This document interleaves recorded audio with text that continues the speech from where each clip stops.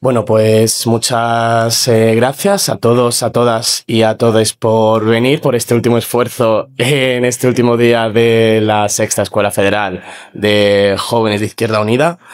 Y nada, vamos con la siguiente mesa sobre liberar el tiempo, emancipación, control y batalla política. En la actualidad estamos hablando muchísimo de la cuestión del tiempo. Decía Marx que la no disposición del tiempo propio al final nos convierte en algo más que, bueno, en una especie de bestias de la carga de trabajo. Si tu tiempo de vida en general es absorbido por el tiempo de trabajo, al final los espacios cotidianos son también mercantilizados y cercados pues los bienes comunes, y entonces es cuando vives pues un poco con permiso, ¿no? Y en ese sentido, bajo la dominación de quienes tienen el dinero, los medios de subsistencia, y producción y destrucción, pues la vida al final ni siquiera es de nuestra propia propiedad. Entonces, pues bueno, para esta mesa lanzamos así una serie de cuestiones en torno a esta idea del tiempo y la posesión de nuestra propia experiencia, en el sentido de, pues, por ejemplo, cómo captura el capitalismo actual nuestro tiempo, cómo se conjuga la explotación de la fuerza del trabajo, el extractivismo y el rentismo con esta idea del tiempo, y en definitiva cómo se enmarca la relación entre el tiempo y la vida, y sobre todo entre el poder y el conflicto. Y bueno, damos paso a la presentación de los ponentes. Empezamos con un compañero y camarada de nuestra casa, Tomás Alfonso, politólogo y cocoordinador de Joves Esquerra Unida País Valencià, también coordinador de áreas de Esquerra Unida País Valencià, y autor de los libros Ningún sense sostre, El moviment per l'habitatge a Valencia y Así en el bar como en la iglesia. Lo he pronunciado bien, ¿no? Habitats. Habitats, sí, claro. A mi lado tenemos también a Paula Barreiro, jurista, filósofa y actriz también, que ha colaborado en varios medios de comunicación como Vox Populi, Infolibre o El vuelo de la lechuza, y también ha publicado artículos como Reconquistar el presente o Nacionalizar el tiempo. A su lado tenemos a Antonio Gómez Villar, profesor de filosofía en la Universidad de Barcelona, filósofo también, por supuesto, y co-codirector del Festival Barcelona Pensa, y ha escrito varios libros como Los Olvidados, ficción de un proletariado reaccionario y Transformarnos cancelar, y hace una semana también sacó un nuevo libro que hacemos con la clase media, publicado por la editorial Lengua de Trapo, que os recomiendo adquirirlo, por supuesto. Y por último tenemos también a otra compañera de esta casa de Izquierda Unida, Marga Ferré, presidenta del think tank Transform Europe y responsable del área de elaboración política y programa de Izquierda Unida, con estudios en periodismo. También trabajó como locutora de radio y fue diputada en la Asamblea de Madrid.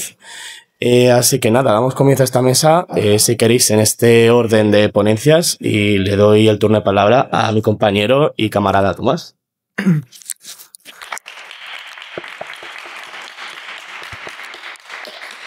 Bueno, muchas gracias, Javi. Buenos días, compañeras, camaradas. Yo quería empezar la intervención planteando un poco el concepto de tiempo, ¿no? Que ya San Agustín ya planteaba que a priori es fácil, ¿no? de hablar del tiempo hasta que te preguntan qué es el tiempo y te das cuenta de que eres un desastre, que no sabes lo que es el tiempo, ¿no? Y creo que es importante. Voy a traer a colación, que no es de nuestra tradición política, lo hablaba ahora con Marga, de hecho es de la contraria incluso, ¿no? El planteamiento de Heidegger, ¿no? Respecto a lo que es el tiempo. Porque creo que un buen punto para empezar es comprender que el tiempo no es una categoría externa al ser. Es decir, el tiempo no es algo que se pueda capturar de forma unilateral. El ser es ser, entre otros motivos, por la categoría tiempo. No sé si me explico. Heidegger llega a afirmar que el sentido del ser es el tiempo. No es una concepción vulgar, ¿no? Sino en el sentido de que es en el tiempo donde el ser se puede proyectar y es el horizonte hacia el cual puede dirigirse. Es decir, sin tiempo el ser no sería, ¿no? Por tanto, creo que eso es un primer elemento a tener en cuenta para cuando se habla de liberar el tiempo, conquistar el tiempo, lo que sea. Bueno, el tiempo no está fuera del ser, sino que es una condición indispensable para que el ser sea, valga la redundancia, ¿no? Y en ese sentido el futuro no sería tanto lo que aún no ha venido pero llegará, sino que el futuro a nivel teórico, ¿no? Si se quiere, es el horizonte hacia el cual el ser se proyecta. Ese es un primer elemento que creo que es fundamental. Un horizonte, además, que siempre siempre será contingente y siempre será contradictorio. No habrá un horizonte armonioso ni habrá un horizonte en el que ya no haya contradicciones. La contradicción también es constitutiva del ser. Sin contradicciones estamos muertos, ¿no? En realidad. Y creo que eso es importante, ¿no? Porque hay, desde el pensamiento reaccionario, pero también desde nuestra perspectiva, ¿no? Hay gente que defiende la categoría de armonía, ¿no? Ese tipo de cuestiones que creo que son un desastre, la verdad. Sabéis, ¿no? Que la gente reaccionaria lo que plantea es que la armonía existió en el pasado, ¿no? Y que por lo que hay que hacer, por tanto, es volver a esa época gloriosa en la cual, pues, la familia era ideal, esta mamá con papá, este tipo de historias que nos cuentan, ¿no? Pero para la ultraderecha, la armonía existió. Y existió en el pasado. Y claro, eso es algo que hay que combatir, está claro. Pero también dentro de nuestra tradición hay que combatir el pensamiento de que la armonía estará en el futuro. Es decir, habrá un socialismo en el cual sea todo perfecto, la gente cantará, bailará, brindarán unos con otros y ya parece que no habrá problemas. Eso, compañeras y camaradas, no existe. Y eso es un eje fundamental. Es decir, nuestro horizonte de socialismo, de comunismo, como queramos llamarle, debe ser necesariamente un horizonte contradictorio. No pensemos que puede ser diferente porque nos equivocaremos, ¿no? Althusser, que lo tenía por aquí apuntado, claro, se burlaba de esa concepción del socialismo, ¿no? Y decía, sí, seguro que en el futuro habrá un socialismo en el cual estallarán las pasiones que decía Spinoza, se cantará el himno de la alegría, ese tipo de cosas. Bueno, pues no, ese socialismo es una ficción política, que cuanto antes desterremos de nuestro imaginario, mejor. No habrá jamás una armonía, más que nada, porque es que eso es un estadio temporal que es inexistente. Es decir, no es una utopía política, es una fantasía de completitud, de pensar que habrá un momento en el cual todo estará bien, estaremos todos contentos, plenos, felices, realizados. Bueno, o sea, no existe ni existirá. No creo que sea algo deseable, además, pensar que eso es posible. Bueno, y no es que lo diga yo, es que el propio Marx, el Marx de los manuscritos, el Marx de la ideología alemana, va un poco en ese sentido, ¿no? Cuando concibe el comunismo, y esto creo que es fundamental en Marx, además, no como un estadio futuro al que llegaremos, no como un ideal que se podrá alcanzar definido, concreto, sino como la constante lucha por la emancipación. Es decir, el comunismo en ese sentido tendría más que ver, a nivel del tiempo, creo que estamos hablando hoy, con ese movimiento constante, pesado en el tiempo, que lo que hace es ir avanzando e ir consolidando procesos de lucha. No es algo que esté en el futuro y que se pueda alcanzar. Es decir, el comunismo no puede entenderse como un objeto que se conquistará en el futuro, ¿no? Sino como el constante proceso de lucha. Y creo que eso es fundamental, ¿no? Y en ese sentido, si tuviésemos que ponerle un rostro, unas características al comunismo o al socialismo, no pueden definirse tanto por una época, sino realmente por ese constante proceso de lucha por la emancipación, ¿no? Y creo que eso es importante. De hecho, Marx, lo tengo por aquí apuntado, él llega a decir en la ideología alemana, el comunismo no es un estado que deba imponerse, no es un ideal que se pueda alcanzar, no, sino que llamamos comunismo al movimiento que anula y supera el estado de cosas existentes. Lo digo de memoria, pero al citar algo así, ¿no? Pero el propio Marx ya hace, digamos, énfasis en eso, ¿no? En el que el comunismo tiene que ver con el proceso, con el método de superación, no con un estadio, insisto, futuro al que se pueda llegar, ¿no? Y por tanto eso, el resultado, ¿no? El rostro que tenga el comunismo, el socialismo, la emancipación de mañana, no se puede saber hoy. Es decir, y quien nos quiera plantear unas características concretas de cómo será el comunismo se equivoca. Que a veces nos dice, bueno, sí, pero ¿y cómo? Y yo lo planteaba también cuando era... o sea, lo que no se puede entender es un comunismo con un rostro concreto. Porque es que, insisto, ¿no? El rostro es el propio proceso de movimiento que hay. En ese sentido no habrá un único comunismo ni una única posibilidad, sino que las posibilidades se concretan en el tiempo y con su propio desarrollo, ¿no? Y hay tantas posibilidades como formas de luchar por la emancipación. Creo que eso es fundamental. De hecho, hay un artículo de Natasha Gómez que se llama El comunismo marxiano contigo en la distancia, que creo que en eso da bastante en el clavo, ¿no? Entonces, por recapitular, no sé si luego hay una segunda intervención o... Sí, otra... Vale, bueno, pues por ir a lo concreto, ¿no? Y por bajar un poco el balón. El tiempo constituye al sujeto. Es decir, el tiempo, por tanto, no es un objeto que esté fuera del ser y que se pueda capturar de forma unilateral. El tiempo, insisto, constituye al sujeto. Eso en primer lugar. Luego, nunca ha existido ni puede existir un tiempo armonioso. Todo tiempo siempre es tiempo de contradicción. Todo tiempo es tiempo convulso, si se quiere ver así. Porque es que es inherente al transcurso de la historia, ¿no? Y por tanto, tampoco el socialismo será ese tiempo armonioso del futuro, como decía Althusser, insisto, en el cual pues sonará el himno de la alegría, los pajaritos. No, eso no existirá nunca. Eso es una fantasía de completitud, insisto, porque creo que es lo fundamental. Y bueno, y luego podríamos entrar en otras cuestiones, ¿no? Hay una cierta fetichización del tiempo, igual que lo hay de la riqueza, ¿no? Pero tendemos a pensar desde ciertas posiciones, ¿no? Que si tuviésemos tiempo, seríamos felices, ¿no?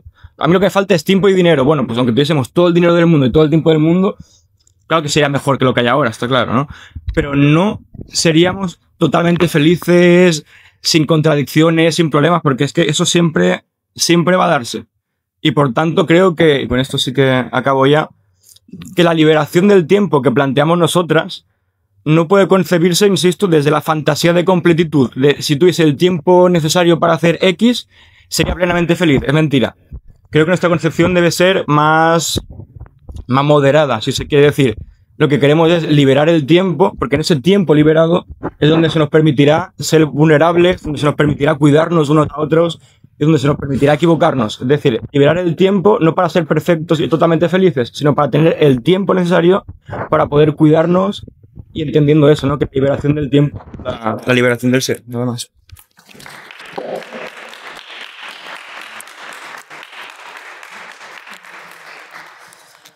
Voy a poner el cronómetro porque vengo aquí a contar que alguien os roba el tiempo y no vaya a ser yo. Gracias por la presentación, Javier. Siento, es que hay una fuerza irresistible en mí que me obliga a matizar. No soy filósofa, soy profesora de filosofía. Es un término absolutamente intimidante que me siento obligadísima siempre a corregir. Lo siento, una es pudorosa por naturaleza y es lo que hay. Voy a abordar este asunto que habéis planteado desde la perspectiva de la aceleración. Agradezco mucho que me hayáis invitado a vuestra escuela y sobre todo para hablar de un tema que ha sido el objeto de casi todas mis pasiones intelectuales y políticas de los últimos unos cuantos años. Vivimos deprisa, pero la velocidad ya no es el único problema que existe, sino que cada vez más nuestro tiempo aparece como una especie de permiso condicional.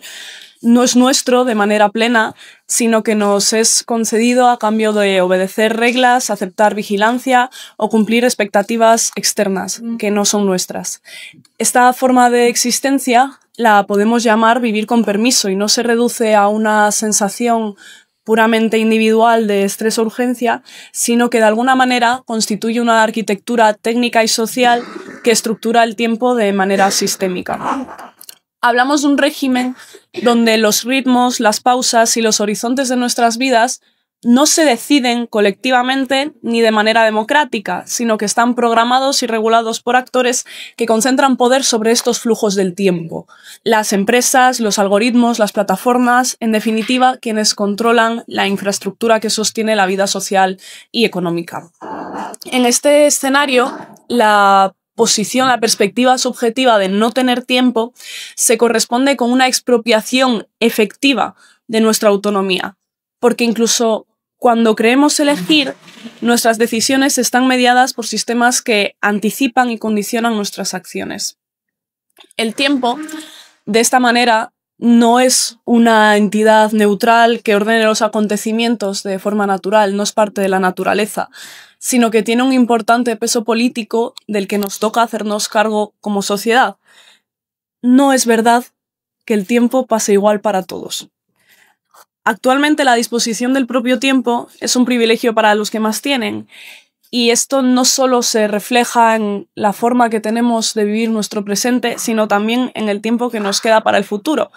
Y es que sabemos que hay numerosos estudios que demuestran que la propia esperanza de vida, es decir, el tiempo que tenemos para vivir, es mucho mayor en los barrios pudientes que en los barrios pobres. Y a la vez que tienen más tiempo para vivir, en ese tiempo que tienen para vivir, es mucho más suyo de lo que lo es el nuestro. porque los que más tienen no solo viven mejor, sino que tienen más tiempo para vivir y pueden decidir qué hacer con ese tiempo del que disponen. El resultado de esto es una especie de subordinación silenciosa. El tiempo se fragmenta, no existe ya y existe cada vez menos continuidad en nuestra rutina. Vivimos según franjas de tiempo que además no decidimos, pasando de una cosa a otra y a otra y a otra, según franjas que no decidimos. El tiempo se acelera, se monetiza y las pausas necesarias para la reflexión, la creatividad, el pensamiento, se quedan reducidas a espacios residuales o incluso privilegios que ni siquiera todos podemos alcanzar. Vivir con permiso, entonces, es vivir bajo condiciones que en ningún caso escogemos. Conviene recordar también que la aceleración del tiempo no se limita solo a regir nuestras formas de vida, nuestro día a día, sino que además alcanza a dominar una dimensión que es mucho más íntima, la de nuestra propia subjetividad, llegando a transformar incluso quién somos y la manera en la que nos relacionamos con los demás. La aceleración impone un ritmo que hace que nuestra experiencia cotidiana esté marcada por una urgencia, por una presión permanente que captura no solo nuestro presente, sino también nuestras expectativas y deseos para un futuro sobre el que además somos incapaces de pensar alternativas. En el ámbito laboral vemos esta temporalidad, esta aceleración manifestándose de formas muy distintas. Y es que los ciclos de trabajo, los proyectos cada vez son más cortos, cada vez se nos exige una mayor disponibilidad, sobre todo a través del teléfono, se intensifica cada vez más el poder de los algoritmos y además internalizamos la urgencia como una regla propia, como si esa urgencia la decidiéramos nosotros de forma autónoma. Y así cambiamos lo que era coacción externa por disciplina voluntaria, dando lugar a la autoexplotación normalizada sobre nosotros mismos. En un principio, este orden temporal que venía a introducir la aceleración parecía prometer cierta liberación. Se decía que el progreso llegaba sobre los raíles de los ferrocarriles en el tiempo ilustrado, que esa aceleración tecnológica lo que nos prometía era muchísima mayor autonomía, por una cuestión sencilla. Si necesitamos menos tiempo para terminar nuestras actividades, si escribir, por ejemplo actual, un correo electrónico en el ordenador es mucho más rápido que escribir una carta, ese tiempo que ahorramos será nuestro.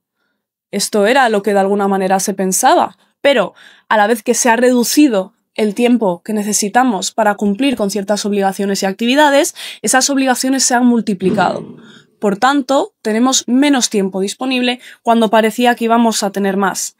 Aristóteles imaginaba un mundo, decía, el día en que las lanzaderas dejan solas, es decir, el día en que existan máquinas que cumplan por sí mismas su función, ya no harán falta esclavos ni ayudantes, ya no existiría fuerza de trabajo. Siglos más tarde le corrige Paul Lafargue y dice que es que las lanzaderas ya tejen solas. Y sin embargo, somos más esclavos que nunca de nuestro propio trabajo. Esa máquina que iba de alguna manera a redimir la humanidad la ha subordinado todavía más. Las máquinas ya cumplen con su labor, pero el tiempo humano no se ha ampliado, sino que tenemos cada vez menor tiempo disponible. Y la aceleración tecnológica, así, que parecía que iba a generar libertad, y ha acabado generando una presión asfixiante. Se reduce el tiempo necesario para cumplir obligaciones, pero a la vez aumentan estas obligaciones y lo que parecía una promesa de autonomía, de mayor libertad, se transforma en un régimen de subordinación. Más velocidad, más obligaciones, más urgencia, pero menos espacio para decidir autónomamente sobre nuestras vidas.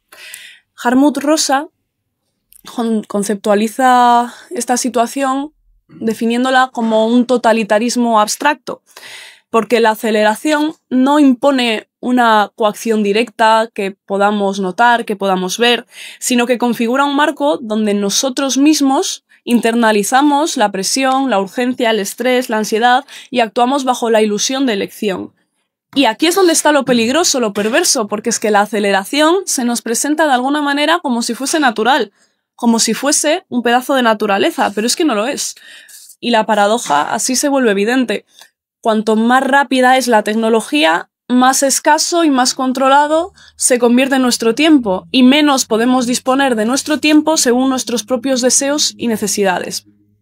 En el terreno de esta contradicción encontramos en nuestros tiempos, creo, desarrollo en una dirección clara. Es que nos instalamos en una especie, podemos llamar, de tecnofeudalismo.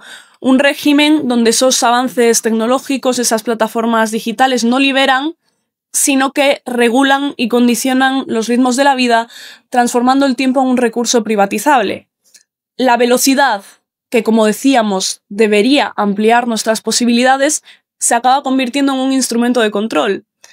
El término tecnofeudalismo no pretende ofrecer una definición económica cerrada, sino una manera de nombrar, vamos a decir, 3 rasgos que forman ya parte de nuestra vida cotidiana. El primero, el de los peajes por acceso. La extracción de valor hoy en día ocurre también en los gestos, en los peajes que graban cada gesto que hacemos en nuestra vida digital. Cada minuto que utilizamos está siendo monetizado y está siendo contabilizado. Cada acción que realizamos en nuestra vida digital nos puede costar tiempo, desde luego, y también dinero. Utilizar apps, plataformas digitales, servicios de entrega o incluso de almacenamiento en la nube. Cada vez que accedemos a ellos, alguien gana y nosotros dedicamos tiempo, atención y en muchas ocasiones también dinero.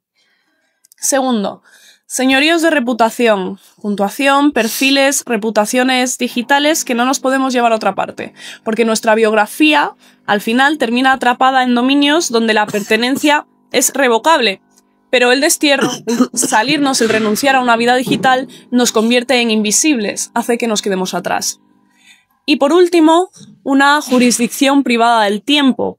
Programas, plataformas y condiciones de uso en muchos trabajos deciden turnos, deciden visibilidad y deciden ritmos de respuesta. Al llamarlo tecnofeudal no usamos una metáfora boba sobre castillos, sino que estamos describiendo una dependencia. Es que la vida social y laboral está sujeta a normas que nadie ha votado. Esta dependencia instala también una desigualdad nueva, incluso más áspera, porque ya no solo se mide por ingresos, sino por quién controla el reloj y los datos. Y nos encontramos con que tenemos en la cúspide a unos pocos que concentran infraestructuras, información y capacidad de cómputo, y en la base mayorías que producen señales, que obedecemos ritmos que otros, que están lejos y que no vemos, programan. Poseer datos hoy significa poseer personas. La desigualdad es también temporal, porque algunos pueden comprarse tiempo, delegan cuidados, blindan descansos y deciden autónomamente su disponibilidad. Otros vivimos a salto de notificación, con turnos cambiantes y expectativas de respuesta inmediata. A un lado del muro social existen los que planifican búnkeres y rutas de escape, incluso a otros planetas, y al otro, millones calculando si llegamos o no a fin de mes.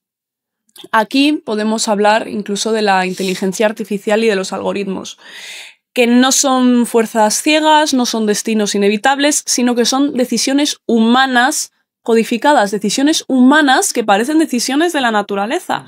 Y ahí está lo perverso. Pero es que no lo son. Y esas decisiones humanas obedecen a unos intereses comerciales y a sesgos que están ya incorporados, pero que parece que no vemos. Su novedad de los algoritmos y de la IA no está solo en la rapidez, sino también en que influyen en esa programación del tiempo. En muchos trabajos son los algoritmos los que deciden quién trabaja, cuándo trabaja, qué atención se considera valiosa, cómo se evalúan nuestros actos y con qué consecuencias materiales para nuestras vidas. Crean una política del tiempo que se basa en los algoritmos. Esta política funciona en 3 movimientos que, insisto, parecen naturales, y ahí está lo perverso, pero que no lo son. La asignación. ¿Quién recibe cada oportunidad? Turnos, pedidos, lugares en la pantalla. Parece de nuevo presentado como neutral, pero corresponde siempre a reglas de diseño que están muy pautadas. La evaluación. Puntuaciones e índices constantes que reducen la vida a rendimiento medible y comparado. Y disciplina. La disponibilidad permanente, alimentada por notificaciones y pequeños empujones que convierte el descanso en culpa. Y así, el conflicto central se resume en quién es el que maneja el reloj. Esto se juega en 3 planos que creo que son complementarios. El primero es el institucional. ¿Quién decide los ritmos legítimos de la vida colectiva? La reducción de la jornada laboral no es solo un derecho a luchar, sino que configura una forma de recuperar espacio para organizar nuestros propios tiempos, para permitirnos pensar, cuidar, descansar, sin que todo dependa de una lógica externa y asfixiante de producción y eficiencia que encima nos parece natural y que no vemos. El segundo, epistémico. ¿Qué tipo de conocimiento sobre el tiempo merece ser valorado? ¿Qué tipo de conocimiento sobre el tiempo debemos tener? Los algoritmos priorizan la productividad y la atención y dejan de lado el ocio, la creatividad, la conversación profunda o el pensamiento. Saber qué cuenta y qué no es fundamental para nuestra autonomía. Definir cuáles son nuestros tiempos válidos es una forma de resistencia también. Tenemos que saber por qué se toman las decisiones que se toman. Y por último, existencial. ¿Quién puede decir que no? La aceleración tecnológica nos impone obligaciones que no elegimos, desde turnos absolutamente inaguantables hasta disponibilidad permanente. Recuperar tiempo propio significa poder decidir sobre nuestras vidas, abrir espacio para la creatividad, el cuidado, la reflexión, el pensamiento, reconquistar, en definitiva, libertad. Por tanto, liberar el tiempo no debería ser una lucha política de lujos ni de comodidades, sino que es una cuestión ética y democrática, porque el reloj, aunque parezca que sí, no nos viene dado. Los relojes no crecen de los árboles, se construyen colectivamente, y la libertad consiste precisamente en instituir ritmos de vida dignos. Reducir la jornada laboral, garantizar espacios de autonomía y cuestionar la dominación de los algoritmos son pasos concretos hacia esa libertad. Liberar el tiempo del algoritmo es condición necesaria para vivir una vida vivible y una democracia real, que sin ello nuestras libertades se hipotecan, aunque parezca, aunque aparente y aunque sintamos que tenemos opciones.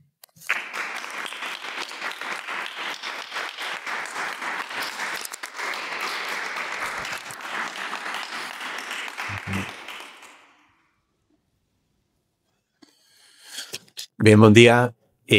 Bueno, agradecer pues las jornadas, que estamos un domingo a las 9:30 aquí, un acto de valentía. Además, han empezado con Heidegger, ya me parece un doble acto de valentía. Y gracias también por la invitación. A ver, yo quisiera comenzar diciendo que eso que llamamos lucha de clase a lo largo de la historia ha consistido básicamente en una lucha por la reapropiación del tiempo expropiado, ¿no? Y que la lucha por la reapropiación del tiempo exige pensar cómo se expropia ese tiempo, ¿no? A la hora de pensar las modalidades o formas, ¿no? En las que podemos volver a reapropiarnos de eso expropiado. No sé, incluso si lo pensamos desde un punto de vista muy cotidiano, ¿no? Hay un hecho que puede parecer menor, ¿no? Pero fijaos que cada cual paga el alquiler de su vivienda el día 1, pero el salario lo recibe el día 31, ¿no? Esto quiere decir que uno paga su vivienda antes de disfrutarla y que solo cobra el salario una vez que ha trabajado todo el mes completo. Y esto implica dos cosas. Una expropiación sobre el tiempo, ¿no? Pero al mismo tiempo una fijación de los cuerpos al espacio. Esto quiere decir que las formas de explotación y las maneras en las que discurre la dominación sobre el tiempo no pueden ser escindidas de las maneras o formas en las que percibimos, ¿no? El espacio. ¿Sí? Y yo quisiera problematizar, complejizar una idea muy extendida, con la que en términos generales estoy de acuerdo, pero creo que tenemos que ver qué relación tiene con el tiempo, y es la idea que dice que hoy, ¿no? Pues la totalidad de la vida social se ha tornado productiva, ¿no? Es decir, desde los años 60 y 70 han tenido lugar efectivamente una serie de transformaciones productivas que hacen que el lugar de producción de valor no es solo, ¿no? la fábrica, sino que el conjunto de la vida social se torna, ¿no? Es potencialmente capaz de producir plusvalía, ¿no? Es decir, producimos valor en nuestras ciudades, produce valor el trabajo reproductivo, ¿no? producen valor el ocio, ¿no? Es decir, la esfera del no trabajo progresivamente ha ido cada vez más ganando protagonismo en lo que a la producción de valor se refiere. Eso quiere decir que el trabajo productivo no lo desarrolla solo el capital. Es decir, no es solo el capital el que produce trabajo productivo, sino que la sociedad puede producir un tipo de trabajo que después es capturado en las formas capitalistas de producción. Dicho de otra manera, lo que estamos haciendo aquí hoy, ¿no? Lo que lleváis haciendo desde el viernes, ¿no? Pues en la elaboración de las jornadas, hay algo productivo, estamos produciendo ideas, pensamiento, saberes, militancias, ¿no? Eso está siendo registrado, está siendo grabado, ¿no? Entiendo que se subirá a YouTube. A partir de aquí, pues se compartirá más o menos, se le darán likes, ¿no? Supongo que se subirá a la cuenta de Instagram, ¿no? De Joves d'Esquerra Unida, del País Valencià. Esto quiere decir que finalmente habrá una serie de algoritmos, ¿no? A los que le estaremos facilitando un tipo de información, un tipo de datos. Esos datos se convertirán en capital contable y finalmente serán vendidos. Eso quiere decir que estamos realizando un tipo de trabajo productivo aquí que finalmente entrará en los circuitos capitalistas de producción de valor. Consecuencia, las divisiones convencionales del tiempo de trabajo, ¿no? De jornada productiva y jornada no productiva se han roto, porque la producción de ideas, la producción de imágenes, la producción de afectos incluso son susceptibles de entrar en los circuitos, ¿no? De valorización capitalista. Bien. Entonces, vamos a tratar digamos, esta idea, que es una idea yo creo extendida y que tiene mucho de verdad, que atiende, ¿no? A la transformación del régimen fordista de producción, a las formas postindustriales, ¿no? Al auge de los sectores servicios, nueva tecnología y más de etcétera. Voy a tratar, ¿no? de problematizar, de plantear algunas cuestiones. Vamos a ver, definir el trabajo así, ¿no? Tal como de manera muy resumida y rápida hecho antes en el marco de la racionalidad neoliberal. Por un lado, eso no quiere decir que la invasión del trabajo en la vida sea algo nuevo, ¿no? Es como si ahora de repente, ¿no? Como de repente el trabajo permea en la vida. Las fenomenologías de la esclavitud, ¿no? Y la historia del feminismo lo que nos muestra justamente, ¿no? Es como la vida siempre ha sido un espacio, ¿no? De experiencias de dominio, ¿no? Por tanto, el trabajo siempre ha permeado sobre la vida, ¿no? Y también, ¿no? Ayer que alguien hablaba de la SEAT, ¿no? Conjunto a las fábricas de la SEAT existían las ciudades fábricas, ¿no? La formalización de un espacio de dominio, el control de la vida cotidiana, de las maneras que se tejen los vínculos, de las relaciones sexoafectivas, etcétera, etcétera. Esto ya Gramsci en su cuaderno Americanismo y Fordismo, cuaderno 22 de los cuadernos de la cárcel, ya lo expresaba, ¿no? O sea, por tanto, no es que los años 60 y 70 y el tránsito al postfordismo, ¿no? Nos traiga algo así como por primera vez, ¿no? Una forma de dominio sobre eso que llamamos la vida. Y de hecho, a este planteamiento, ¿no? Se le podría criticar, y a veces se hace que esta idea de que la totalidad de la vida se torna productiva, ¿no? Alguien podría pensar que eso tiene un interés, pero un interés muy parcial o reducido. En tanto que eso sería lo propio, ¿no? Lo propio de unas transformaciones económicas referidas a una sociología muy precisa, ¿no? Incluso alguien podría decir, bueno, esa será tu vida como académico, ¿no? O eso será lo propio de sectores que se dedican a la cultura, que se dedican a la creación, al mundo del arte. Eso es lo propio, ¿no? De los que se dedican al marketing en Silicon Valley, ¿no?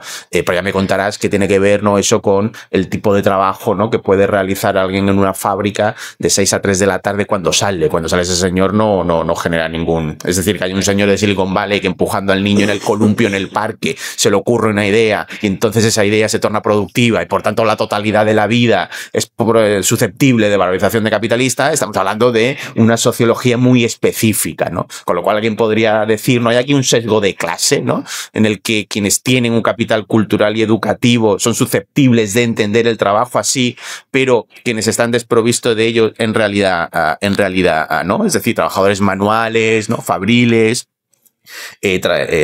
trabajos con escasa cualificación o poco insertos, ¿no? En la lógica de valorización del I+D, ¿no? Yo creo que es un error, creo que plantear esta crítica es un error. Es decir, porque yo creo que es un error pensar las formas neoliberales y el tipo de trabajo, ¿no?, que se desarrolla en el neoliberalismo como si existiera una dicotomía clara y distinta, ¿no?, una línea divisoria, ¿no?, entre, por un lado, aquellos tipos de trabajo que se inscriben en la dinámica tecnoproductiva del capital, ¿no?, y por tanto siguen, ¿no?, su juego, y por otro lado quienes quedan relegados de ellas. Y ojo con esta escisión, porque esta escisión sociológica es una escisión que está a la base en buena medida, ¿no?, del auge de las extremas derechas, y creo que las incapacidades de las izquierdas a la hora de politizar esa misma dicotomía que han creado nos juegan varias malas pasadas, ¿no? Esta dicotomía es una dicotomía que también se basa, podríamos decir, una distinción entre el trabajo material y el trabajo inmaterial. Y por tanto, ¿no?, son segmentos sociológicos que realizan distintos tipos de trabajo, ¿no? ¿Y por qué creo que es un error? Porque creo que eso que llamamos neoliberalismo, ¿no?, que tiene una fecha muy concreta de nacimiento, que tiene unos teóricos muy precisos, unas formas de inscripción institucionales muy determinadas, ¿no?, que hablamos de neoliberalismo a veces como pareciera que es una especie de conspiración desde arriba o una atmósfera envolvente, ¿no? El neoliberalismo tiene, ¿no?, una serie de, pues tiene su escuela de Chicago, ¿no?, tiene el golpe de Estado en el 73 en Chile, tiene sus formas institucionales, ¿no? Es decir, lo podemos analizar de forma muy material, pero creo que, insisto, con lo que decía antes, creo que el neoliberalismo es un sistema de producción que que su singularidad tiene que ver con que no es que aporte un nuevo modelo de producción, la producción de la I+D, de las nuevas tecnologías, ¿no? Es decir, no es que aporte un nuevo modo de producción, sino que su novedad radica en su capacidad, a ver si se explicará esto, en su capacidad de traer al presente y a un mismo tiempo todas las formas de dominación que se han sucedido a lo largo de la historia, digamos, ¿no? Paolo Virno, que es un filósofo italiano que falleció, ¿no?, hace escasos días, decía que el neoliberalismo había de ser entendido desde como si fuera una exposición universal, ¿no? Como si fuera una exposición universal, y entonces hay un pabellón en la que existen formas, ¿no?, de explotación propias del capitalismo primitivo, ¿no?, las fábricas de Inditex, ¿no?, en Bangladesh. Hay otras formas que responden a maneras de explotación de trabajo propiamente fordista, otro tipo de explotación que generan nuevas formas de salud, de problemas de salud y enfermedades mentales, ¿no? Es decir, pero todas esas formas no se dan de manera particular, ¿no?, sino que están todas cosidas, o hay es un tipo de modo de producción que reproduce, insisto, al mismo tiempo, ¿no?, toda la historia de las formas de dominación del trabajo, ¿no? Y la segunda crítica que se podría hacer a esto, ¿no?, y en relación al tiempo, si todo el tiempo se ha vuelto productivo, alguien podría decir, y en relación a la crítica anterior, bueno, pero este análisis es un análisis muy limitado. Porque si estamos diciendo que toda la producción se vuelve productiva porque todo el tiempo de vida es susceptible de valorización capitalista, aquí hay algo a lo que no estamos atendiendo. Y eso que no estamos atendiendo es que hoy, en nuestro presente, la producción es fundamentalmente material, es fundamentalmente fabril. Es decir, el número de personas que se dedican a un trabajo material concreto, ¿no?, es muchísimo mayor que quienes se dedican a trabajos que podríamos, ¿no?, calificar como de trabajos inmateriales. ¿Pero qué quiere decir entonces esto, ¿no? ¿Qué quiere decir? ¿Cómo componemos esta contradicción? Fijaos, creo que podríamos decir que hoy el trabajo inmaterial es hegemónico en términos cualitativos. Es hegemónico en términos cualitativos. ¿Qué quiere decir esto? Si nos vamos al primer capítulo del libro 1 del Capital de Marx, ese capítulo está titulado Maquinaria y gran industria, ¿sí? Y allí Marx nos dice una cosa bien interesante. Él considera que las distintas fases del capitalismo, ¿no?, las distintas fases del capitalismo de desarrollo capitalista, siempre hay una forma dominante de trabajo, ¿no?, siempre una forma dominante de trabajo que tiene la capacidad de capturar, ¿no?, o de incorporar a todas las demás. Y Marx sabe y reconoce que en el siglo XIX, cuando él está escribiendo El Capital, digamos, en términos cuantitativos, la producción agraria y ganadera era muchísimo más amplia que la producción fabril. Marx no va a la Inglaterra del siglo XIX a analizar las formas de producción de las fábricas porque entienda que la fábrica o el trabajo fabril es mayoritario en términos cuantitativos, ¿no?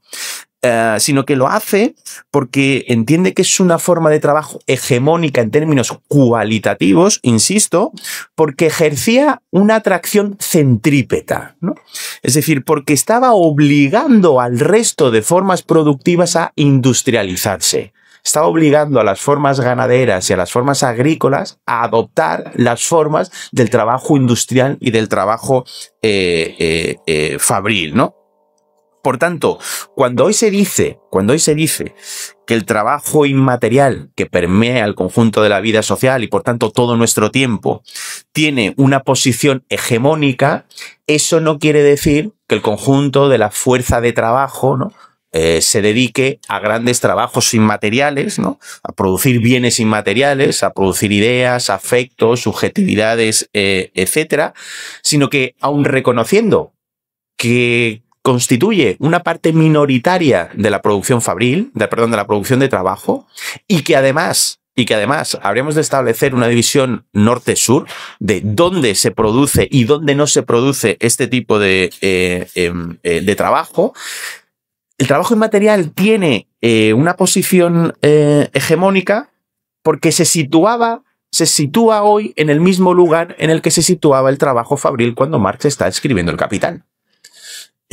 Por tanto, si incluso alguien quisiera impugnar el planteamiento diciendo que el análisis sobre el trabajo inmaterial que ocupa todo nuestro tiempo productivo es un análisis equivocado porque solo atiende a una parte concreta y a una sociología específica, mutatis mutandi, habríamos de tirar El Capital por la borda porque Marx habría incurrido entonces en el mismo problema epistemológico que estaríamos planteando aquí. Esto quiere decir entonces que de la misma manera que en el siglo XIX se produjeron, ¿no?, unas formas de industrialización de todas las formas de trabajo que no eran directamente industriales, hoy desde los años 70 venimos asistiendo a la misma a transformación, ¿no? Claro, Marx y el socialismo del siglo XIX y el socialismo XX pensó una gramática política y una agencia política que nacía de esa transformación. Y Marx no propuso a las trabajadoras mujeres del hogar ni a los campesinos como el sujeto de la transformación social, aun cuando eran mayoritarios en términos cuantitativos y, ojo, aun cuando era el sujeto más doliente y más sufriente. En términos de dolor, en términos de sufrimiento, el proletario industrial no era el que más sufría ni el que más padecía. Pero Marx sostuvo que ahí, por distintas razones que ahora no vamos a entrar, era el sujeto de la historia, el sujeto de la transformación social. Señaló al proletariado, aun cuando era minoritario. No digamos luego después Lenin. Lenin llega a proponer una revolución en torno al proletariado en Rusia cuando el proletariado era el 5% de la población. Con esto quiere decir, y lo podemos dejar para luego, para la segunda ronda, que de la misma manera y siguiendo, ¿no?, el mismo planteamiento marxiano, que no marxista, que no es lo mismo, sino, por ejemplo, marxiano de Marx, la pregunta es ¿qué tipo de experiencia tiene hoy la fuerza de trabajo cuando se han producido estas transformaciones en la manera de entender la relación del tiempo y del espacio? ¿Y qué nos viene a decir esto desde el punto de vista de la conformación de los sujetos políticos? Cuando la experiencia de clase se ha visto absolutamente modificada, como se vieron modificada la experiencia, ¿no?, del mundo rural, agrario, ganadero, en el siglo XIX, como lo planteaba Marx. Porque creo, insisto, que una división dicotómica entre una fuerza de trabajo que sigue los estándares de movilización tecnocientífico del capital y dos, una sociología que ha quedado relegada de ella, si el planteamiento es este planteamiento hoy forma parte de la politización afectiva y política que las nuevas extremas derechas están articulando sobre las clases populares.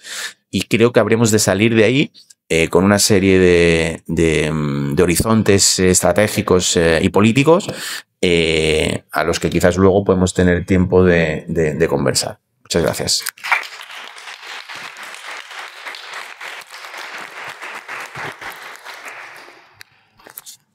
Hola, buenos días.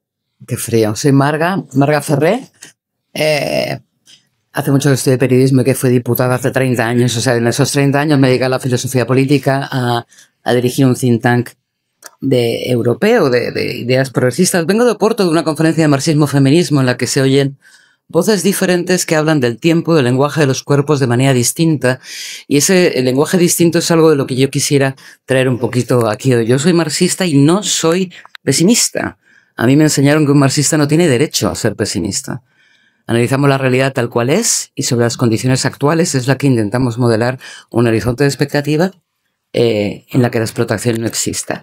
Sobre eso yo tengo una mirada un poco más optimista sobre el presente, fíjate. Optimista no es la palabra, pero sí desde luego ilusionante, o por lo menos con cierta expectativa, ¿no? Y una de ellas tiene que ver con el concepto del tiempo, sobre todo vinculado al concepto de historia. Voy a intentar tener un punto de vista elevado para mirar el concepto de historia, porque creo que nos puede ayudar luego a los aterrizajes que aquí se han hecho, que creo que pueden marcar bien el debate que teníamos esta mañana, ¿no? Decía David Harvey, que es un tipo al que hay que leer constantemente, cuando analizaba la globalización en los 90, que la globalización era un fenómeno del capital que se analizaba sobre todo de manera económica y se analizaba en términos de espacio, es decir, mercancías producidas en el sureste asiático pueden estar en tu casa con cadenas de valor global que cambiaron parte del funcionamiento del capitalismo. Pero también lo que decía Harvey es que la globalización comprime el espacio, es decir, hace que el mundo sea más pequeño o más accesible para todos que lo que había sido antaño, pero también comprime el tiempo. Es decir, la idea de estas nuevas tecnologías, yo soy tecnófila, creo que las tecnologías pueden ayudar o destruirnos, pero vamos, depende de la propiedad y la intención. El hecho de que tengamos un desarrollo tecnológico, sobre todo de comunicación, hace que vivamos de manera simultánea, en tiempo, situaciones ocurridas que están ocurriendo en otra parte del mundo, que es una novedad histórica, eso no ocurría antes. Uno puede vivir el genocidio en Gaza en directo porque llega a tu móvil la capacidad de emocionarte, de destrozarte el corazón y de movilizarte por una gente que no conoces. También llegan mensajes de extrema derecha, por supuesto, pero también llega una capacidad de generar empatías con sitios distintos, con lenguajes diferentes, con rostros distintos y con pieles distintas. Con gente que entiende que esa comprensión del tiempo y del espacio no tiene por qué necesariamente ser negativa y que genera esas empatías y solidaridades y sobre todo acceso al conocimiento compartido que generaciones más jóvenes tenéis y la mía no tenía. O sea, teníamos que ir a un libro traducido, Dios sabe dónde. Si eras marxista te volvías loco, porque en España, claro, no se publicaba. Entonces, o sea, y ese acceso al conocimiento tiene muchísimos riesgos y tiene elementos positivos, ¿no? Esto además se combina con la idea de que esta concentración del tiempo y del espacio que la globalización genera, que hace que tengamos, sobre todo la gente joven, más la percepción de un mundo más cercano al que tú puedes acceder, cuyo conocimiento, lenguajes, ideas o con las traducciones simultáneas puedes acceder mucho más fácilmente, coincide además de una manera paradójica, y esta es la paradoja que yo no soy capaz de resolver, con el fin de la historia de Fukuyama. Quiere decir, se decreta el fin de la historia, es decir, el tiempo no va a evolucionar a partir de la caída de la Unión Soviética, va a ser capitalista sí o sí, el futuro que proyecta el capitalismo es un presentismo constante, es decir, la única futuro que el capitalismo es capaz de ofrecer. Mira, la globalización era un proyecto optimista del capital, ¿eh? O sea, el capital vendía, ¿no? De manera positiva, que todo el mundo iba a unirse en cadenas de valor global, etcétera. Eso se acabó pronto. Y hoy no ofrece ningún futuro positivo. De hecho, no ofrece ningún futuro. El capitalismo se ha vuelto punk. No future. Es la idea que vende. Lo digo de verdad. Lo único que vende es una distopía, en todo caso. El Armagedón, la Tercera Guerra Mundial, o un Donald Trump para siempre. Esta idea del presentismo permanente, que es de Enzo Traverso, otro marxista historiador que hay que leer sí o sí, es algo que en parte en parte se está rompiendo. Y esa es, la parte optimista que yo veo del tiempo ahora. ¿Cómo se rompe? Y aquí es donde entran los 3 elementos que estudiamos en todo los marxistas desde hace una década y que todavía no somos capaces de incorporar, o por lo menos muchos de los que yo veo en cada uno de nuestros análisis. Tiene que ver con la teoría colonial, con la teoría feminista, y tiene que ver con el decrecimiento comunista de Kohei Saito. Es decir, la idea de que el progreso constante, infinito, en un mundo finito, no es el modelo de futuro perseguible, por lo menos para la gente que queremos cambiar el mundo, ¿no? Lo que vienen a decir la gente de la teoría decolonial, y que ya lo están consiguiendo, es que cambian el mismo concepto de historia. Es decir, y a mí esto me parece fascinante, me vuelve loca, ¿no? La historia se había concebido y se sigue concibiendo en la mente de mucha gente en un tiempo histórico que va como de atrás para adelante, como hacia un futuro que va mejorando las cosas en una serie de etapas que además tienen principio y fin, renacimiento, después en un progreso hacia adelante, que además los marxistas toman, y Marx también, como la idea de progreso y de cómo este progreso tiene que estar vinculado en su momento a la revolución industrial, al concepto de modernidad, que es la conclusión a la que quiero llegar, ¿no? Tiempo y modernidad, ¿no? En un concepto muy lineal de la historia que va hacia adelante, en el que además las naciones desarrolladas son las que llevan el modelo de desarrollo para las naciones que tienen que caminar hacia ese modelo de desarrollo como el único posible. Por mor de los imperios europeos, la historia es fundamentalmente eurocéntrica. Esto no solo en Europa, es que esto se estudia así en África también, la idea de que tiene que haber un renacimiento, en fin, ¿no? Y que el centro de la historia del mundo ha sido la historia europea. Bien, este concepto de la historia hoy es insostenible. Insostenible. O sea, fuera de Europa se burlan ya de este concepto de historia. Se burlan. Están llegando nuevas epistemologías, nuevos conocimientos, nuevos desafíos. No solamente el movimiento feminista, que por supuesto cuestiona todo esto.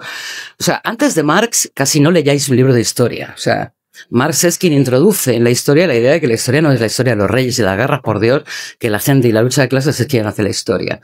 Bien, después de esto llega el movimiento feminista que vuelve a decir nada de todo esto me vale si no se incorpora la mirada de la mitad de la población en cada uno de los momentos. Llega además el movimiento ecologista que te viene a incorporar además que el androcentrismo no es la única forma de mirar el planeta. Y llegan ahora los pueblos del sur global a deconstruir las epistemologías masculinas, blancas, eurocéntricas, autoritarias, violentas, imperialistas y profundamente patriarcales. Y a mí es esto lo que me da cierta esperanza. No el hecho de que el mundo no esté horrible, lo está. Esto sí me da esperanza. Me da esperanza unas voces que están deconstruyendo, demoliendo incluso, un concepto de que la tecnología, el tiempo y el ser es un varón blanco europeo, dueño de la visión y de la tecnología, la civilización, decían antes, ¿no? Como el modelo del burgués blanco. Esto es insostenible ya. Es insostenible no solo por la teoría del sur global, sino por el ascenso de China, que es algo con lo que también quiero hablar. La deconstrucción de la idea de Europa como el concepto histórico de Europa y del ser del varón blanco burgués como hacedor de la historia, ¿no? ¿Y esto tiene que ver con el ascenso de la extrema derecha? Claro que tiene que ver con el ascenso de la extrema derecha. Make America Great Again. Again. Again es la palabra clave. Volver a hacerla grande, ¿no? Como un pasado que nunca existió, por cierto, ¿no? En el que ellos, el varón blanco protestante de origen inglés, era la medida del mundo, ¿no? Esa medida del mundo no existe ya hoy. Y yo insisto que fuera de Europa es motivo de burla, de chanza. Es decir, como lo es Donald Trump. Es decir, hay un mundo diverso que está arrasando, que yo lo plantearía, los historiadores que sigo, que me tienen fascinado, lo llaman historia global, frente a la historia lineal europea, y lo parten desde la idea de que grupos y sectores en la historia invisibilizados surgen con muchísima fuerza, con nuevos liderazgos y nuevas epistemologías. Y son estas nuevas epistemologías, estas nuevas formas de saber de manera diferente, las que creo que pueden ayudarnos a prediseñar ese proceso de construcción del socialismo que tiene que incorporarlos sí o sí. Porque además el sujeto, como tú decías antes, es otro. Claro que es otro. El sujeto de la revolución, el sujeto del cambio, lo está haciendo ya, ¿eh? Esto no es teoría, es praxis, ¿no? Y a mí eso es lo que me da cierta esperanza. Ahora bien, sabemos cuáles son los riesgos de nuestro tiempo. Uno de ellos, insisto, a mí me parece que tarea revolucionaria es romper la idea de que no hay futuro, ¿no? O sea, romper la idea de que el futuro no puede construirse de manera radicalmente diferente, ¿no? Y uno de los elementos, con esto voy terminando, que me traigo de un viaje a China que he hecho hace poco, es la idea de que cómo está instalada en nuestra cabeza, incluso entre la gente de izquierda, es un concepto de modernidad muy anacrónico, muy vinculado a la revolución industrial, muy vinculado, ¿no?, a una forma única de entender el trabajo, porque es la forma en la que nos han explotado, lógicamente es como la podemos entender. Una visión muy escéptica con la tecnología, porque claro, los dueños de la tecnología en Occidente es capital monopolista que impone sus normas, ¿no? Esos Donald Trump y sus aranceles y los monopolios tecnológicos, ¿no? Que nos aleja de una posibilidad, yo creo, de entender un futuro de manera diferente, donde se pueda debatir entre los límites del planeta, la tecnología y el ser humano en la centralidad. Y creo que otras partes del mundo lo están haciendo. Y esa es la buena noticia. Eso sí, es un concepto de modernidad radicalmente diferente, no tiene nada que ver ni filosófica ni en su constructo político con lo que puede representar la extrema derecha, que en cierta manera es una falla de todo esto, ¿no? Es decir, nosotros los que nos dedicamos a estudiar la extrema derecha, pues no nos queda otra, que es un horror, yo quiero dejar de hacerlo ya, o sea, pero nos toca... siempre se hacía el paralelismo con el fascismo de los años 30. Yo decía que esta gente, la que hoy nos toca sufrir, ni siquiera tiene un proyecto de futuro. O sea, el fascismo era un proyecto futurista, ¿eh? O sea, los nazis tenían un proyecto futurista. Era un proyecto modernizador.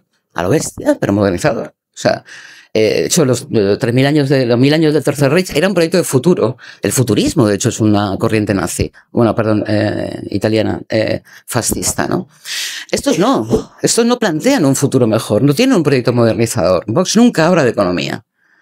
Ni siquiera tienen esa propuesta. Es decir, nos dejan un campo enorme a todos los demás para poder definir futuros mejores, yo creo que con tecnología también, en los que además incorporemos estas distintas miradas y estas distintas epistemologías con conversaciones de fuera de nuestro continente. Creo que en Europa, además de ser una Europa fortaleza que impide la llegada de migrantes, impide la llegada de ideas, ¿eh? Y esto es un problema que me parece. Estamos en un continente en permanente depresión. No me extraña, o sea, ves lo que hay y es como, ¿cómo puede ser posible que en Suecia, un país con uno de los niveles de vida más altos del mundo, conseguido por la clase obrera, las cosas y la existencia de la Unión Soviética, todo el debate gire en torno al odio a los migrantes? O sea, es espectacular. Es decir, pero ¿cómo es posible que nos hayamos vuelto tan locos? Van de víctimas. O sea, varones blancos, que son de los que mejores viven en el planeta Tierra, van de víctimas. O sea, la victimización, el derrotismo constante, ¿no? La idea de odiar al otro como una forma de construir civilización, a mí me parece que nos da cierto margen para hacerlo de otra manera. Y hacerlo desde conversaciones diferentes con personas en otros lugares del mundo. Creo, y con esto voy terminando, que la otra faceta que me da muchísimas ganas de luchar es que hay muchísima gente en todo el planeta con ganas de hablar de socialismo. Socialismo, ¿eh? Ya no de izquierda, ni alternativa, ni progresista. Socialismo, con todas las letras. No solo Mandami en Nueva York ganando las elecciones defendiendo un socialismo de origen marxista. O un Jeremy Corbyn en Inglaterra que rompe el Partido Laborista y ahora con unas tesis un poquito más marxistas. Es que hay una corriente filosófica que intenta reivindicar, no solo a Marx, eso hace ya décadas, o sea, el socialismo como posibilidad real y tangible de un proceso de construcción colectiva alternativa al no future de esta gente. Y a mí eso me parece que a mí me va a tocar un poco tarde, pues ya tengo 57 años, pero le va a tocar a vosotros. Y a mí me parece, sinceramente, que sobre todo, viendo que mañana escribo sobre esto, viendo que hay una generación de mujeres jóvenes que son probablemente la generación más progresista de la historia, a mí me parece que hay fundamentos como para pensar la construcción de un futuro en el que tiempo y mercancía no sean propiedad del capital. Gracias.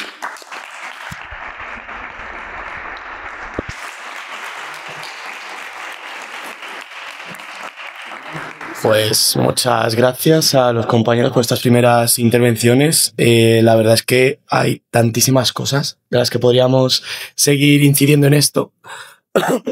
Perdóname la voz, pero llevo un fin de semana muy resfriado.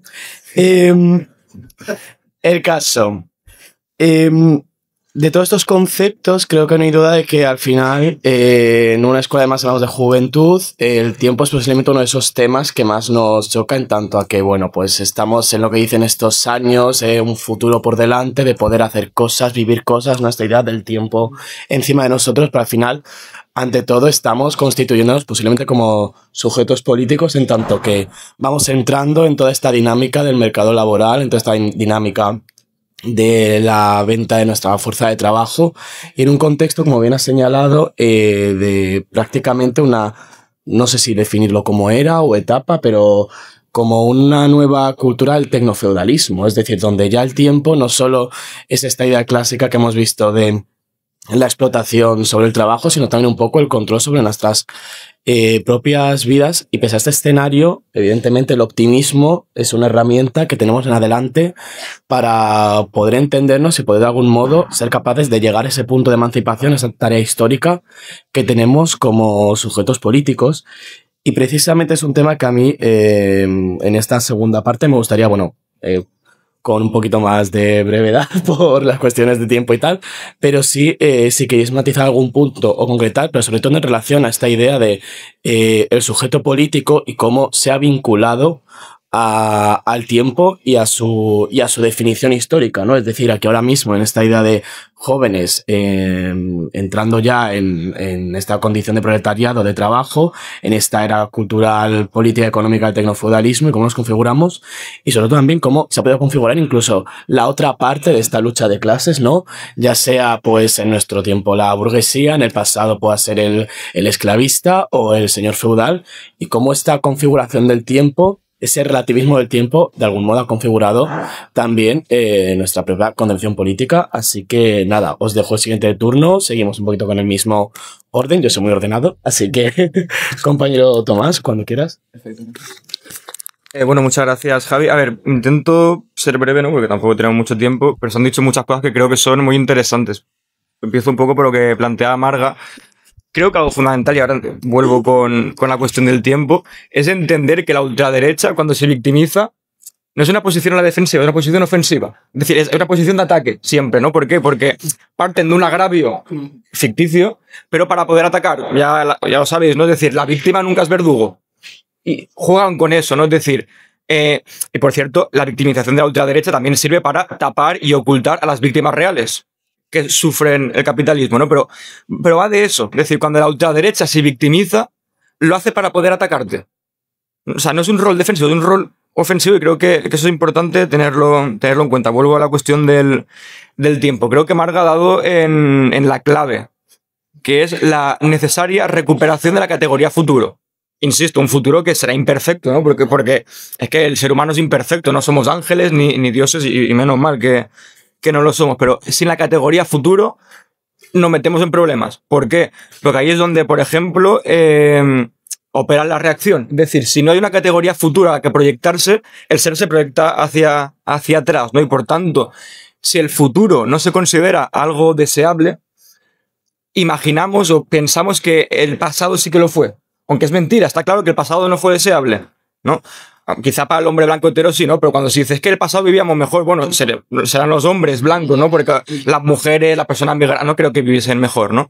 Pero tiene que ver con el tiempo y con la concepción o la noción de futuro. Sin la noción de futuro no hay lucha política posible, para empezar, y no hay un horizonte de emancipación y por tanto se tiende hacia atrás o incluso a que quizás hasta más perverso, sin compararlo, ¿no? Pero que la reacción, que es el presentismo en el que vivimos, que por cierto tiene mucho que ver con la aceleración.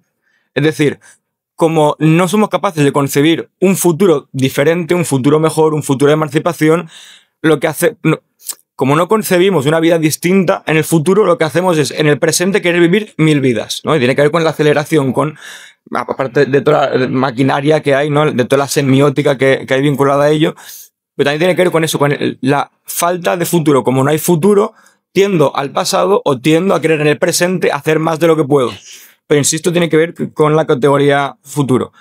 Y claro, y también con la ultraderecha que comentaba Marga, ¿no? Si no hay un futuro, si no hay un proyecto de emancipación futuro, entramos en el presentismo del sálvese quien pueda. Es decir, si no hay un horizonte de emancipación en el que nos cuidemos unos a otros, lo que hay es el sálvese quien pueda y el apuñalamiento de unos a otros entre la clase obrera. Y eso creo que es un elemento a tener en cuenta, vaya.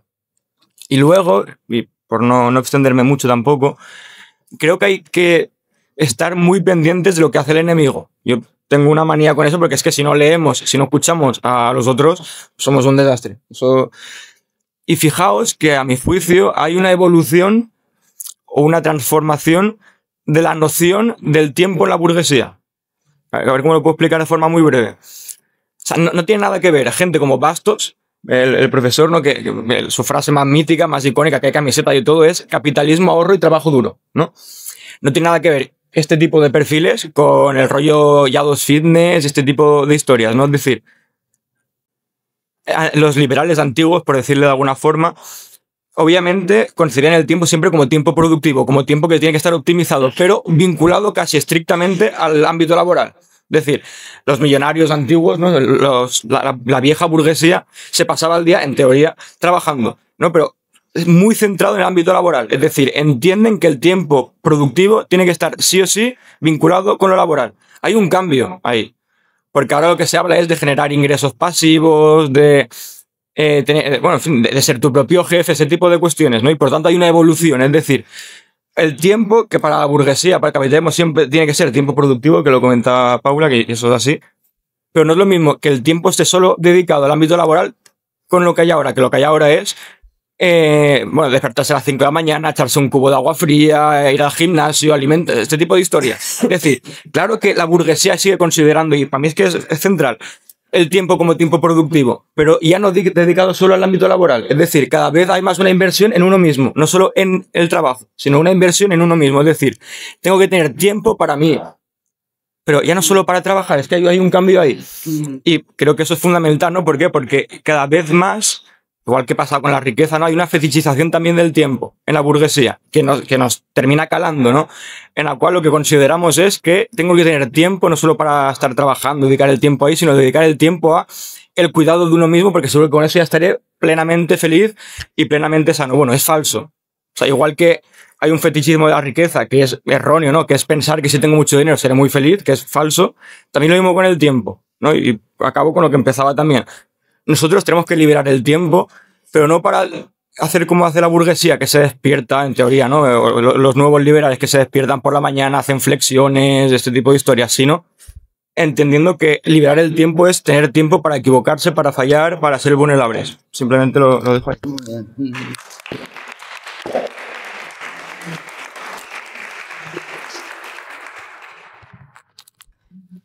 Qué bien hablas, Tomás. Me ha gustado mucho. Yo creo que no podemos separar el sujeto político del sujeto. Y es importante pensar qué clase de sujeto tenemos hoy en día. Y es que encontramos, gracias a precisamente esta configuración del tiempo con la que hablábamos, un sujeto completamente fragmentado. Estamos en una cosa y pasamos a otra y a otra y a otra y todo tiene que ser inmediato y todo tiene que darse al instante, cuando quiero, para poder pasar a lo siguiente, para poder pasar a lo siguiente y a lo siguiente y a lo siguiente. Una especie de rueda de ratón que no acaba. Pero es que los proyectos de futuro no se dan con inmediatez.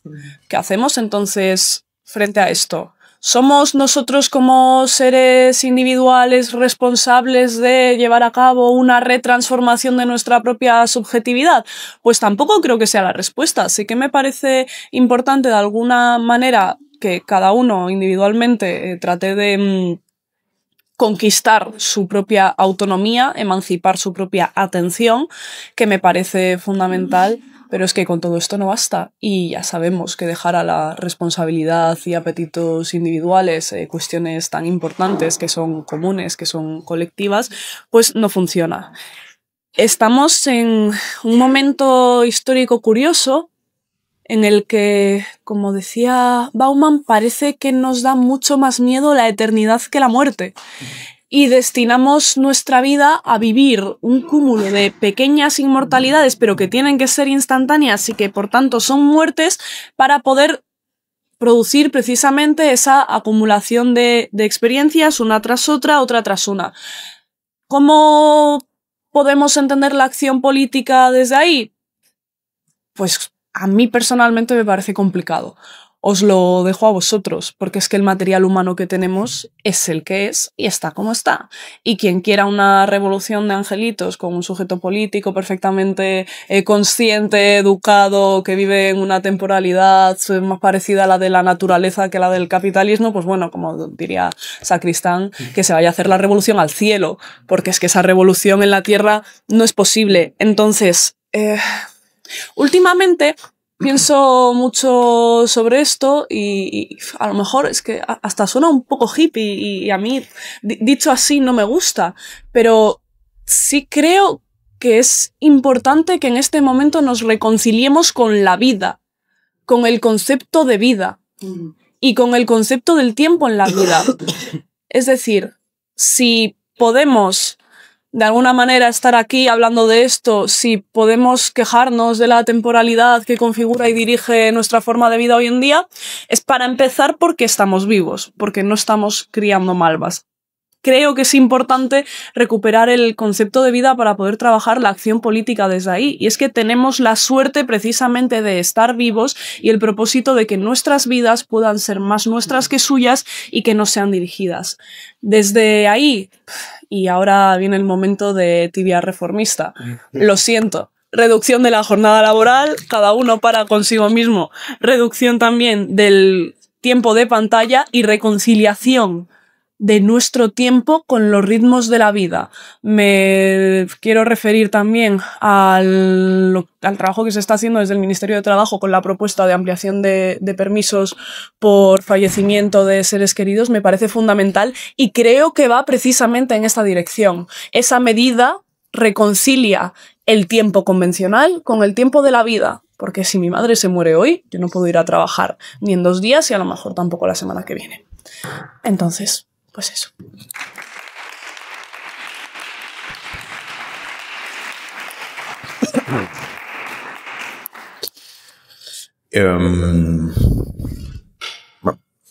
Varias ideas, o sea, no, varias ideas. A ver, yo creo, y esto, o sea, que puede ser, o sea, es inabordable, ¿no? Pero lo expreso. Yo creo que buena parte de nuestras discusiones políticas tienen que ver con que las izquierdas aún no nos hemos recuperado del trauma de los años 70. Y ese trauma no tiene solo que ver, ojalá, con un sistema neoliberal desde arriba que gana la clase trabajadora, con sus malos, Margaret Thatcher, Ronald Reagan, ¿no?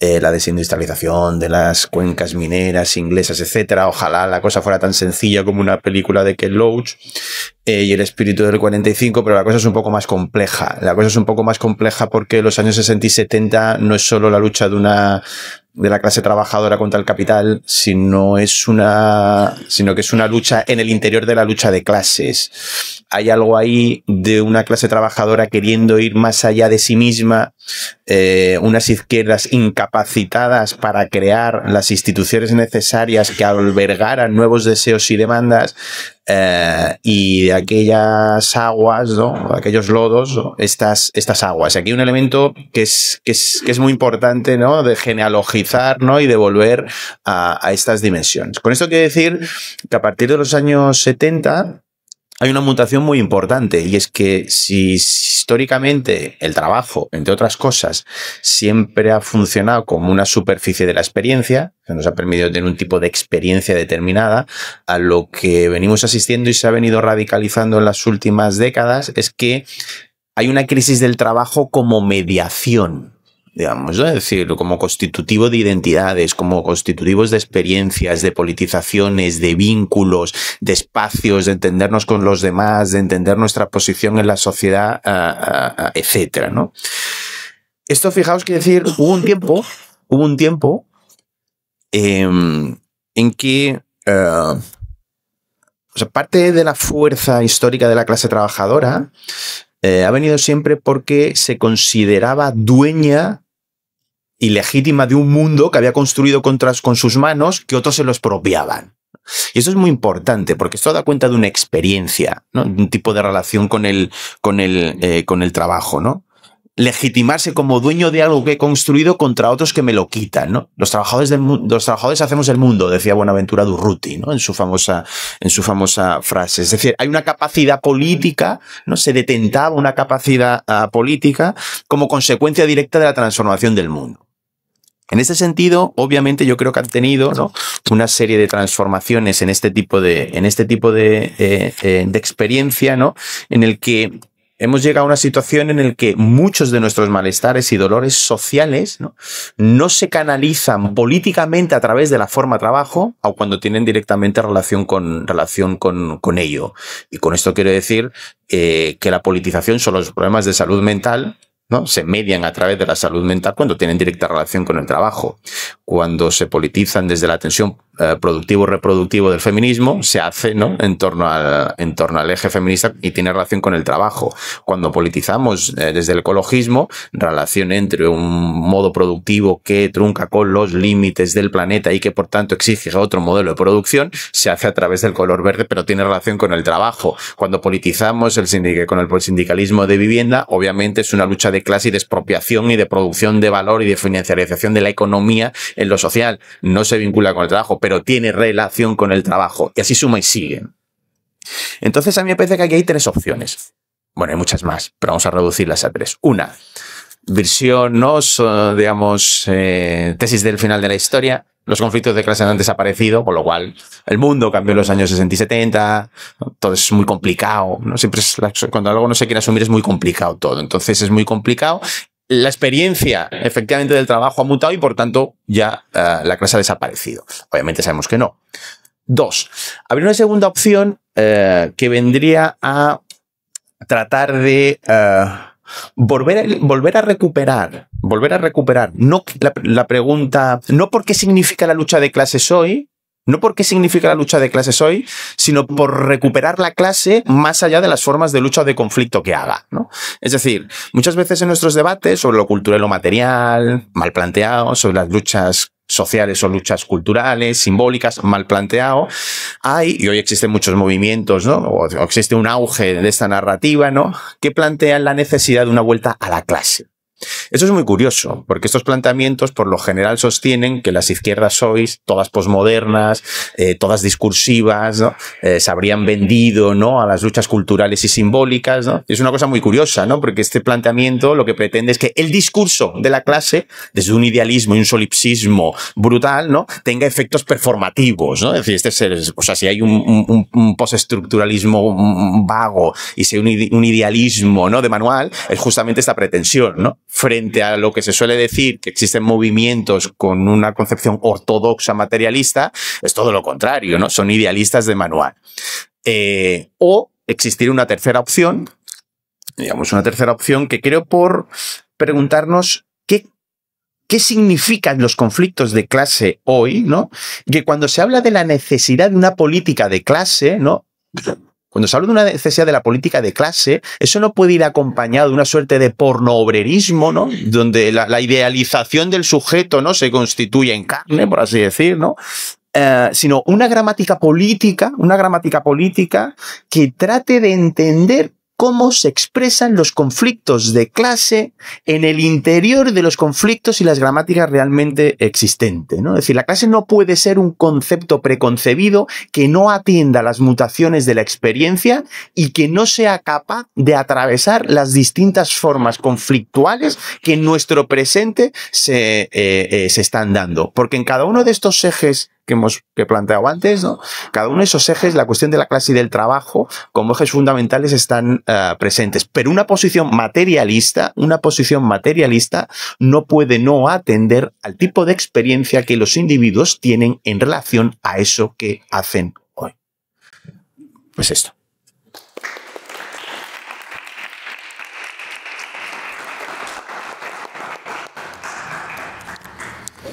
Con estos debates de la reducción de la jornada laboral, ¿no?, estábamos todos ahí estudiando, nos rescatábamos aquella predicción de Keynes, ¿no?, hace 100 años, que decía que por estas fechas, en 100 años, podríamos trabajar 15 horas a la semana, y no era precisamente un revolucionario. Y tampoco lo hacía en base a tecnología, yo creo, ¿no? Vamos, no lo he estudiado bien, pero creo que no era por temas tecnológicos, sino por formas de organizar la producción. Y los debates de los 4 días de jornada laboral, la reducción de la jornada aquí en España, tiene que ser uno de los debates de nuestra época. Porque es absolutamente, ¿cómo decirlo?, disfuncional al deseo del capital de la utilización de ese tipo de tiempo. Me parece, y creo que lo podemos ganar, también, incluso también con cierta ayuda tecnológica. Hay un libro que me encanta, 2 cositas muy pequeñas, que a mí me gusta mucho, que es El infinito en un junco, que es la historia de los libros, que escribió Irene Vallejo. Y en él, ella, que no hace una lectura particularmente feminista, pero no puede evitar en determinado momento decir que la historia no la escribe tanto los que ganan, como esa pequeña fracción de la clase dominante que tiene el tiempo para poder reflexionar y escribir. Y lo ponía como un atributo de lujo de la clase dominante, la posesión de tener tiempo para reflexionar y para poder escribir, ¿no? O pagar a otro para que lo haga, que es lo que hacen habitualmente, ¿no? O sea, de los escritores. Y me gustaba mucho la idea del tiempo como un lujo, incluso dentro de la clase dominante, ¿no? Nosotros tenemos que socializar ese lujo, ¿no? Como todos los lujos. El tiempo para que decidamos qué hacer con nuestra vida de manera colaborativa con otros y construir futuros distintos es lo que precisamente la alienación impide con las horas de trabajo que tenemos que regalarle al capital. Pero me gustaba la idea, ¿no?, de esa pequeña fracción de la clase dominante que tiene el lujo de tener tiempo para poder pensar y para poder escribir. Y la última idea que quería trasladaros tenía que ver con el libro de cabecera de muchos de nosotros, que es Calibán y la bruja, de Silvia Federici. Si alguien no lo ha leído, no se va de esta escuela sin que se lo compre, en el que ella hace la relación que por lo menos yo descubro en este libro, estudia en otros, con la idea de que el capitalismo, para domesticar los cuerpos, ¿no?, lo hace de manera violenta, es decir, para que el cuerpo que está en el campo trabajando entre en la fábrica con un horario, digamos, muy jodido, ¿no?, es decir, con un reloj, ¿no? La vinculación entre reloj y capitalismo es nítida. De hecho, la imagen de la modernidad es Chaplin con un reloj, ¿no? O sea, la hora de salida y la hora de entrada, ¿no? La idea de que el día ya no es el día solar, que no son el tiempo solar, no es el tiempo de la naturaleza, es un tiempo que el capital inventa, impone de manera violenta. Y ella explica cómo la caza de brujas forma parte de la domesticación violenta del cuerpo de las mujeres, que dejarán de sustentar lo que eran ideas racionales, ¿no?, vinculadas a la naturaleza, a la magia, al poder, a la brujería, ¿no? Y eso me lleva a pensar, y estaba pensando, escuchándoos a vosotros, que quizá reivindicar a las brujas también sería una buena manera de burlarnos del tiempo medido, violento, autoritario, impuesto de los relojes. Gracias.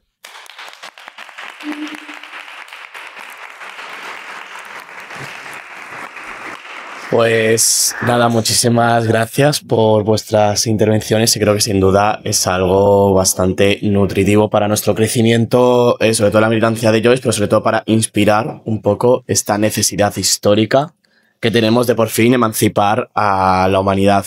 Creo que tenemos tiempo para preguntas de la gente, del público, la audiencia aquí. Así que si alguien tiene alguna pregunta, cuestión o lo que sea, venga, gente. ¿Ha quedado todo clarísimo? Ha quedado todo clarísimo. ¿Es eso la resaca? 2 cosas. Y por eso no pregunta la gente. Va a ser lo segundo, claramente. Si no hay, pues... Ah, mira. Este siempre pregunta, ¿eh? Es increíble. Pero se levanta ya y todo, ¿no? Ya, se levanta y todo. Es una cosa...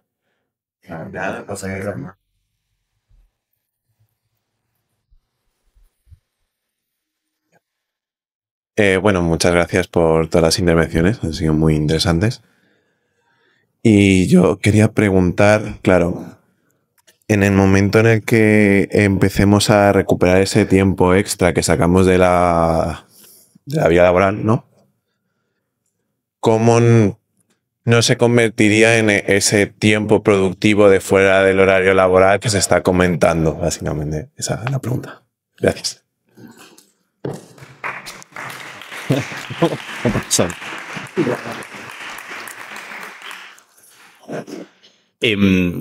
Claro, es que es muy buena pregunta porque creo que no... O sea, si la tesis es cierta, ¿no?, de que el tiempo se torna productivo, ¿no? Y entonces uno se hace una escapadita, siempre en diminutivo, ¿no?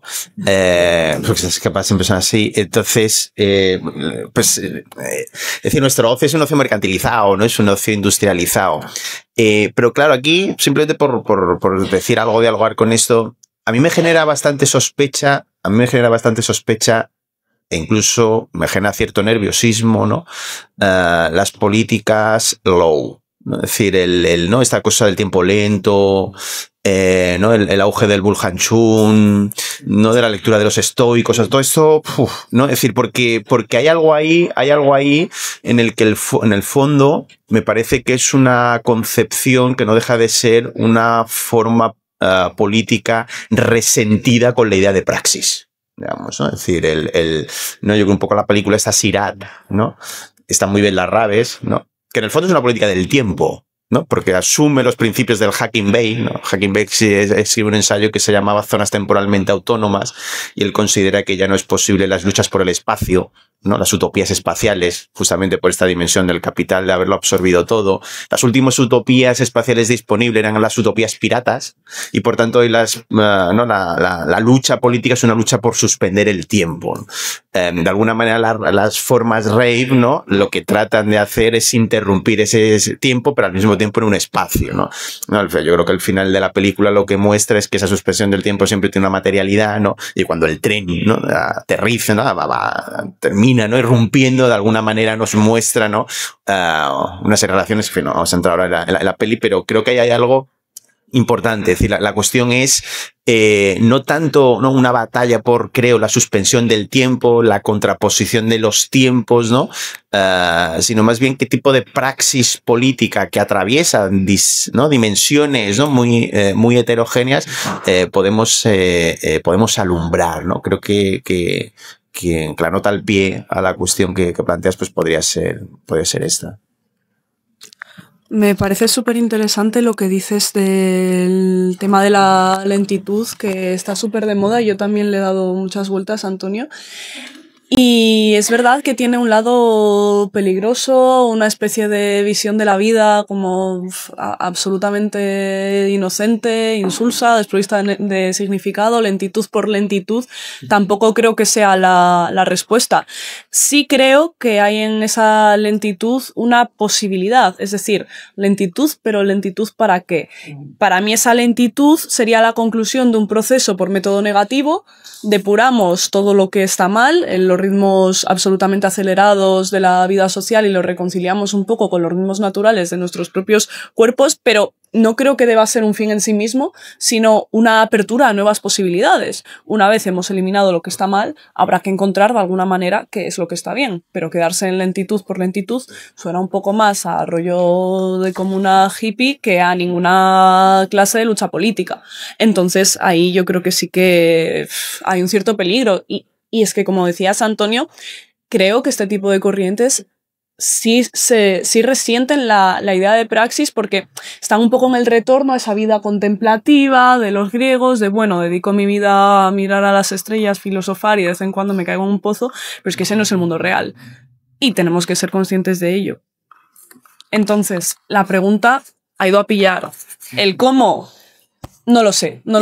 Sí que creo que cuanto más tiempo libre tenemos, hacemos un uso más responsable del tiempo.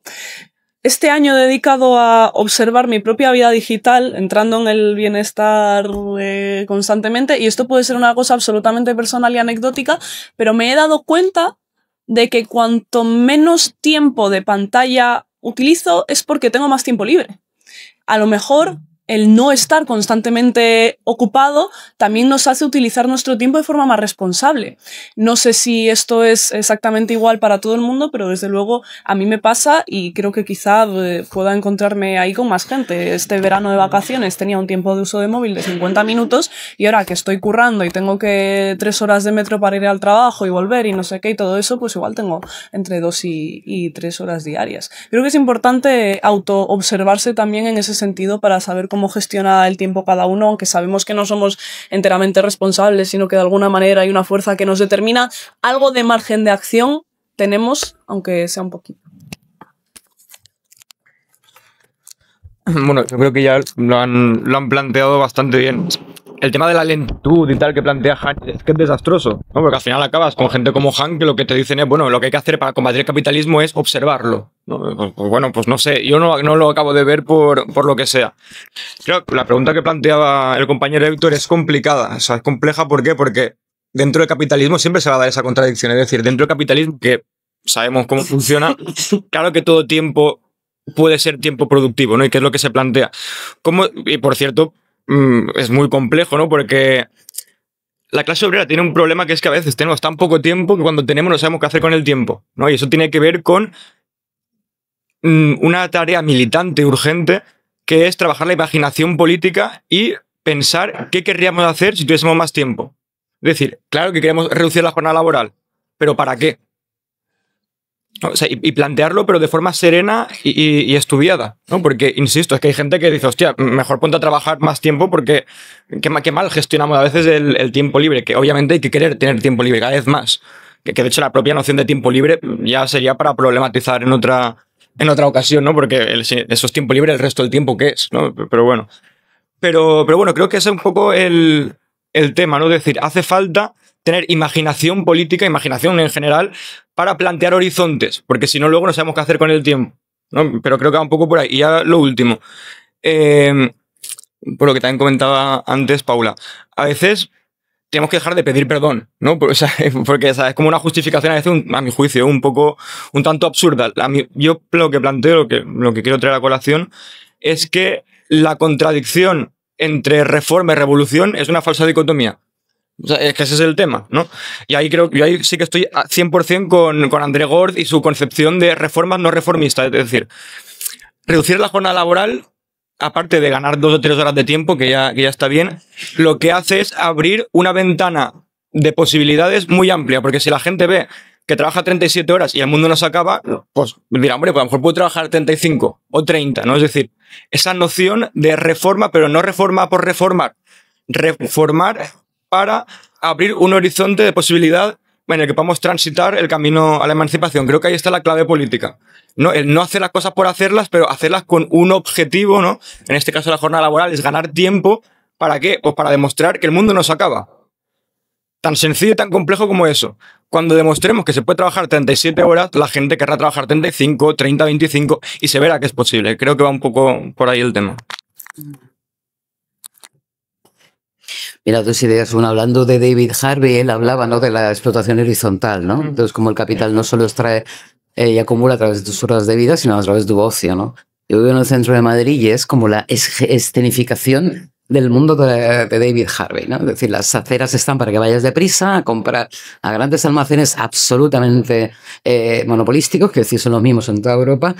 Comida rápida, no hay un árbol, 4 asientos, o sea, es el horror, la ciudad vinculada a la ciudad de prisa, la ciudad para consumir y para ir. No hay una ciudad donde tú puedas disfrutar del ocio, ¿no? La hay, pero hay que ir a buscarla, o sea, no te aparece o la oculta, y me parecía importante. Estuve en Colombia por X motivo y la que había sido ministra de Trabajo, Gloria Inés, que es camarada del Partido Comunista, me hablaba y me comentaba, esta es una idea que te regalo de Gloria Inés, que era ministra de Trabajo. Hizo una ley laboral estupenda y en un país con el trabajo informal y, bueno, en fin, la verdad es que fue un salto cualitativo imponer una reforma laboral como esa. Y ella me decía, Marga, yo sabíamos cuando entramos en el gobierno de Colombia que no íbamos a hacer la revolución pasado mañana.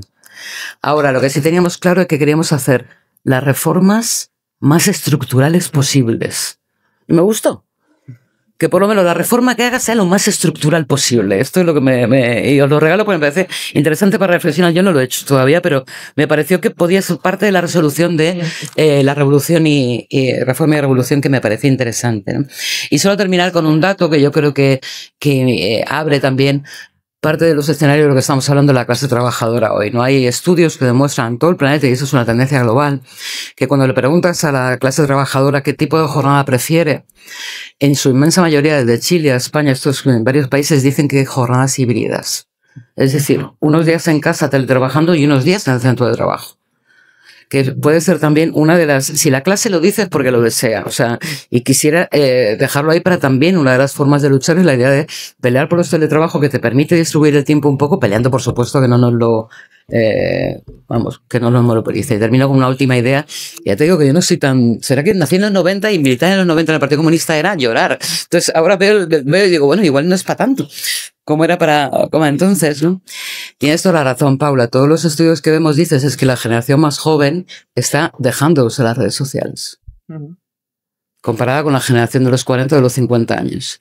Y creo que tiene que ver con esto. Intuyo que tiene que ver con lo que tú dices, ¿no?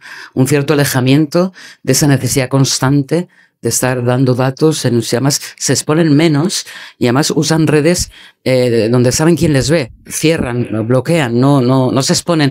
Hace 10 años eso era un horror, era un todo postureo, cuanto más te vieran mejor, y creo que esa tendencia también la debemos analizar, o me gustaría hacerlo, como una pequeña rebeldía a esa forma en la que el capital intentaba también explotar nuestra imagen. Gracias.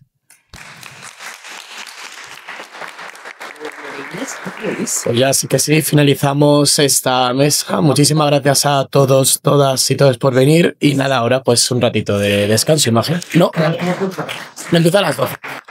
No, compañeras, ha habido que hacer un cambio por motivos logísticos, entonces vamos a pedir que nos quedemos en la sala. Vamos a seguir y acabamos todo antes, pero tenemos que apretar y seguir, ¿vale? Así que de una. Y vamos a hacer la internacional primero, la charla internacional, pero nos falta un ponente que llega en 20 minutos, así que vamos a hacer la última mesa ahora, breve. Luego la charla internacional y cerramos, y todos acabamos antes y mejor, pero eso requiere que nos quedemos aquí, ¿vale? Así que nada, un esfuercito y ya estamos.